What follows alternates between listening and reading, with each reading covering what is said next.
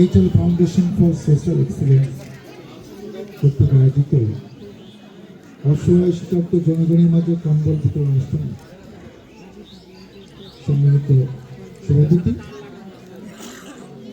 জনাব এ কে মহাপ্রতিদ্র খাল Liton, chairman HL foundation ও যুগ্ম সচিব স্থানীয় সরকার বিভাগ, উপস্থিত আছেন সাবা উপজেলার সুযোগ্য নির্বাহী কর্মকর্তা জনাব অবতার সরকার, আমাদের যে বিশেষ অতিথিবর্গ, এখানে যুগ্ম সচিব প্রথমত সচিব আছেন, তাদের প্রতি আমার কৃতজ্ঞতা শুভেচ্ছা। এলাকার গণ্যমান্য ব্যক্তি, উপস্থিত সুধীবৃন্দ এবং যাদের জন্য আজকের আয়োজন, সেই উপস্থিত শীতার্থ জনগণ, আসসালামু আলাইকুম।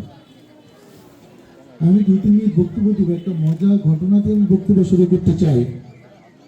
2007 সালে পালিয়ে আমি 1 বছর মালয়েশিয়া ছিলাম।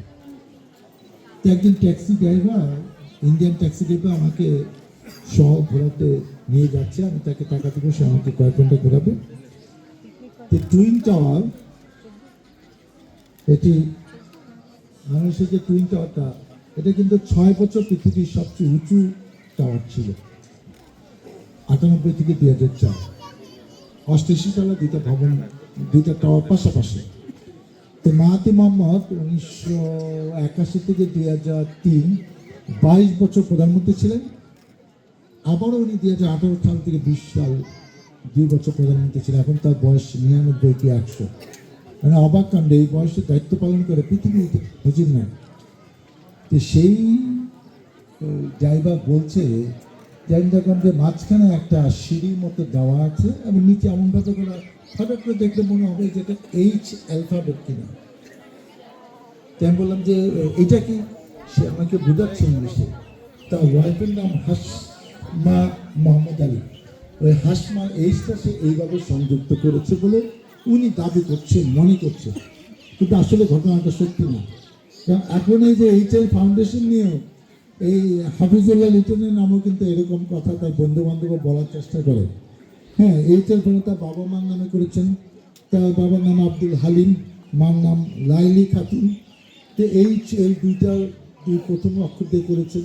তো তার বন্ধু বান্ধব বানাইছে যে হাফিজুল্লাহ এইচ আর লিটনের এ, এটা দিয়ে নাকি সে বানাইছে।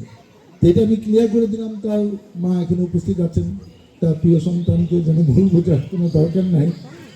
আর এখানে আমি প্রায় 1 বছর হয়ে গেছে এবং আমারও সৌভাগ্য হয়েছে এই সংগঠনে অ্যাডভাইজার হিসাবে আমি অলরেডি অন্তর্ভুক্ত হয়েছি। আমরাও তার সাথে কাজ করব, তরুণ উদ্যোক্তাদের নিয়ে কাজ করবে, খুবই ভালো কথা। আমাদের কবে ইলেকশন হবে সেটা জানি না, দেখে দিতে পারবো কিনা, হায়াতে মানে করাবে কিনা। তো আমরা আশা করছি হয়তো এই বছর ইলেকশন হবে শেষের দিকে।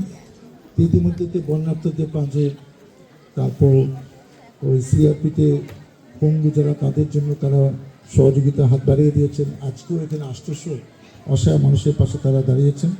যেহেতু আমরা অনেকে বক্তব্য দিয়ে ফেলেছি, মূল্যবান কথা তারা বলে গেছেন, আমরা এখন এইটা যত তাড়াতাড়ি দিয়ে বিদায় নিতে পারি ততই ভালো। আমি চাই এরকমভাবে তারা আরও ভালো ভালো উদ্যোগ নেবে। আমরা তাদের পাশে আছি, সাথে আছি। এবং এটি অন্যতম সবচেয়ে বড় মানুষের পাশে কল্যাণ করার জন্য যা যা উদ্যোগ নেওয়া দরকার এই সংগঠন টাইম টু টাইম সেটা নেবে, এটাই আমি প্রত্যাশা করছি। পরিশেষে যদি আমাকে ইশারায় কিছু বলতে চাচ্ছে যে আমি কিছু অনুদান দিচ্ছি, ভাই আপনি না দিলে তো মানে আমার পেস্টিজ না, বদিরের পেস্টিজে নাকি চলে যাবে। আমিও ব্যক্তিগতভাবে আজকে নগদ 1 লক্ষ টাকা অনুদান দিয়ে যাব। ওই বদিরের মতো বছর বছর কন্ডিশনে যখন যেটা দরকার আমি কম বেশি এটা সংগঠনে থাকবো, এই প্রত্যাশা ব্যক্ত করে যারা আসছেন জনগণের কাছে আমি দোয়া চাই। কারণ এই 15-16-17 বছর পালিয়ে ছিলাম। যদি অন্য কোনো ইচ্ছা থাকতো পালিয়ে গিয়ে অন্য দেশে চলে যেত, আমার আসতাম না। মাত্র 3 বার জেল কেটেছি। এখনও আমার নামে 53টা মামলা আছে। এই সরকার বলছে এগুলো নাকি থাকবে না, কিন্তু এখনও তেমন কোনো আলামত নাই, মনে হয় থাকবে না। তো দেখা যাক, আপনি আমার জন্য দোয়া করুন, আপনাদের পাশে আপনাদের সাথে থেকে যেন আমি কাজ করতে পারি। আল্লাহ হাফেজ।